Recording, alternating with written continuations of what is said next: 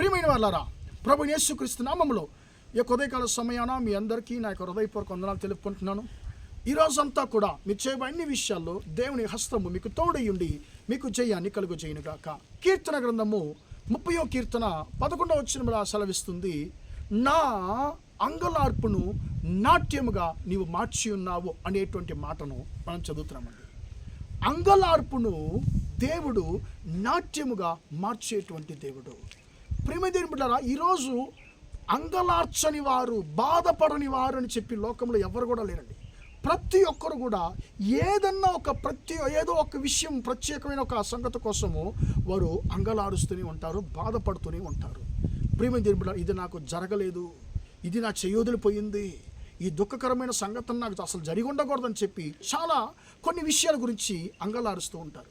ప్రియమైన దేవుని బిడ్డలారా, మీరు ఒకవేళ అలాంటి పరిస్థితుల్లో ఉన్నట్లయితే ఈ మాట మీతో దేవాతి దేవుడు ఈ ఉదయకాల సమయాన్ని మాట్లాడుతున్నాడు. నా కుమారుడు, నా కుమార్తె, నీ అంగలార్పును నేను నాట్యముగా నేను మార్చబోతున్నానని చెప్పి ఆయన అంటున్నాడు. ప్రియమైన దేవుని బిడ్డలారా, ఆది కాండంలో యాకోబుని గురించి మనం చదువుతున్నామండి. యాకోబుకు 12 మంది కుమారులు. యోసేపును ఆయన సహోదరులు అంటే పగబట్టి ఆయన విరోధించి, ప్రియమైన దేవుని బిడ్డలారా, ఆయన చంపేసి ఆయన్ని అంటే వేరే ఐగుప్తు దేశానికి బానిసగా ఆయన అమ్మివేసి ఆయన చనిపోయాడు, ఒక దుష్ట మృగము అతన్ని చంపేసింది అని ప్రియమైన దేవుని తన తండ్రిని వారు ఆ యోసేపు యొక్క సహోదరులు నమ్మించారు. ఇప్పుడు యాకోబు యోసేపు యొక్క వస్త్రాన్ని చూసి, అరే ఇది నా కుమారుడైన యోసేపు యొక్క వస్త్రమే, ఇందులో రక్తం ఉంది, నా కుమారుని ఏదో ఒక దుష్ట మృగము చంపేసిందని చెప్పి తన కుమారుని కొరకు అంగలారుస్తున్నాడు, బాధపడుతున్నాడు. ఎన్ని సంవత్సరాలు అంటే ప్రియులారా, దాదాపు 13 సంవత్సరాలు తన కుమారుని కొరకు అతను బాధపడుతున్నాడు. చెప్పాలంటే ప్రియులారా, 15 సంవత్సరాలు కూడా మనం దాన్ని తీసుకోవచ్చు. ఎందుకంటే కరువు దాదాపు ఐగుప్తు దేశంలో గమనించినట్లు 7 సంవత్సరాలు పరిపూర్ణమైనటువంటి మంచి యొక్క పంటలు పండుతున్నాయి. ఆ 7 సంవత్సరాలు అయిన తర్వాత కరువు స్టార్ట్ అవుతుంది. ప్రియమైన దేవుని బిడ్డలారా, యోసేపు 13 సంవత్సరాల తర్వాత ఆయన హెచ్చించబడుతున్నాడు. దాదాపు 20 సంవత్సరాలు అని మనం లెక్క తీసుకోవచ్చండి. కరెక్ట్గా చెప్పాలంటే 20 సంవత్సరాల వరకు యోసేపు తన కుమారుడైనటువంటి యాకోబు తన కుమారుడైనటువంటి యోసేపు కొరకు అంగలారుస్తూనే ఉన్నాడు. అయ్యో నా కుమారుడు చనిపోయాడు, నా కుమారుడు చనిపోయాడు, నా కుమారుడు చనిపోయాడు చెప్పి అంగలారుస్తూనే ఉన్నాడు. ప్రియమైన 20 సంవత్సరాలు తన కుమారుని గురించి దుఃఖించి ఇక దుఃఖించి లాభం లేదని చెప్పి అతను అలా మర్చిపోవడం మొదలుపెట్టాడు.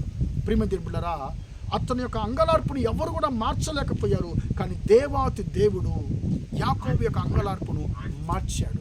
ఎలాగంటే ఆ యొక్క ప్రియమైన బిడ్డలారా, ఒకరోజు లోకమంతా కరువు వచ్చినప్పుడు వీరు ఐగుప్తు దేశానికి వెళుతున్నారు. యాకోబు యొక్క ఇతర కుమారులు ఐగుప్తు దేశానికి వెళుతున్నారు. వెళ్ళి అక్కడ యోసేపుని కలుసుకుంటున్నారు. వాడు తండ్రికి వచ్చి చెప్తున్నారు, అయ్యా నీ కుమారుడైన యోసేపు ఇంకా సజీవంగానే ఉన్నాడు, బ్రతికే ఉన్నాడు అని చెప్పన్న వెంటనే ఈ యాకోబు అంటున్నాడు, నా కుమారుడైన యోసేపు ఇంకా ప్రాణంతోనే ఉన్నాడా, ఇది చాలు, నేను వెళ్ళి అతన్ని కలుసుకుంటానని చెప్పి వెళుతున్నాడు. ప్రియమైన కొన్ని సంవత్సరాలు తన కుమారుడైన యోసేపుతో ఐగుప్తు దేశంలో ఆయన బ్రతుకుతున్నాడు. ఆయన మరణించేటువంటి చివరి వేళలో యోసేపుతో అంటున్నాడు, యోసేపు నీ గురించి నేను ఎన్నో సంవత్సరాలు అంగలార్చాను, ఇక నీ ముఖాన్ని నేను చూడలేనని అనుకున్నాను, నీ ముఖాన్ని చూస్తానని నేను అనుకోలేదు అసలు. ఇదిగో ఇప్పుడు నీ ముఖాన్ని మాత్రం కాదు, నీ యొక్క సంతతిని కూడా, నీ బిడ్డలను కూడా నేను చూడడానికి, నీ కుమారులు కూడా చూడడానికి దేవుడు నాకు కృప అనుగ్రహించారని చెప్పి దేవుడు తన జీవితంలో చేసినటువంటి మేలులను యాకోబు అక్కడ తలంచి దేవుని స్తుతించేది మనం చూస్తాం. ప్రియమైన దేవుని బిడ్డలారా, మీరు అనేక సంవత్సరాలుగా దేనిని గురించి మీరు అంగలారుస్తున్నారు, మీ అంగలార్పును దేవుడు నాట్యముగా మార్చబోతున్నాడని చెప్పి వాగ్దానం చేస్తున్నాడు. యాకోబు జీవితంలో ఆయనకు అంగలార్పును నాట్యముగా మార్చిన దేవుడు మీ జీవితంలో మీరు అంగలారుస్తున్న ప్రతి ఒక్క అంగలార్పును నాట్యముగా మార్చబోతున్నానని చెప్పి వాగ్దానం చేస్తున్నాడు. మీ బిడ్డల గురించి మీరు అంగలారుస్తున్న ప్రతి ఒక్క కార్యాన్ని దేవుడు ఎరిగి ఉన్నాడు అని చెప్పి ఆయన వాగ్దానం చేస్తున్నాడు.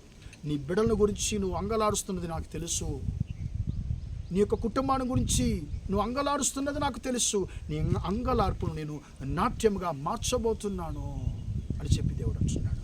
ప్రార్థన చేద్దామా? ప్రేమగల మా తండ్రి, దయగల దేవా, ఇంతవరకు ఈ మాటలు విన్న తండ్రి, నీ బిడ్డలు మీరు దీవించండి, ఆశీర్వదించండి అయ్యా. నా అంగలార్పును నీవు నాట్యముగా మార్చిన్నావు మాట ప్రకారం తండ్రి, యాకోబు యొక్క అంగలార్పును నాట్యముగా మార్చిన దేవుడవు తండ్రి. నీ బిడ్డలు తండ్రి దేని గురించి తండ్రి మీ బిడ్డలు అంగలారుస్తున్నారో అయ్యా, వారి యొక్క అంగలార్పు అంతా కూడా తండ్రి నాట్యముగా యేసయ్య నామములో మారునిగా కానీ ప్రార్థిస్తున్నాను అయ్యా.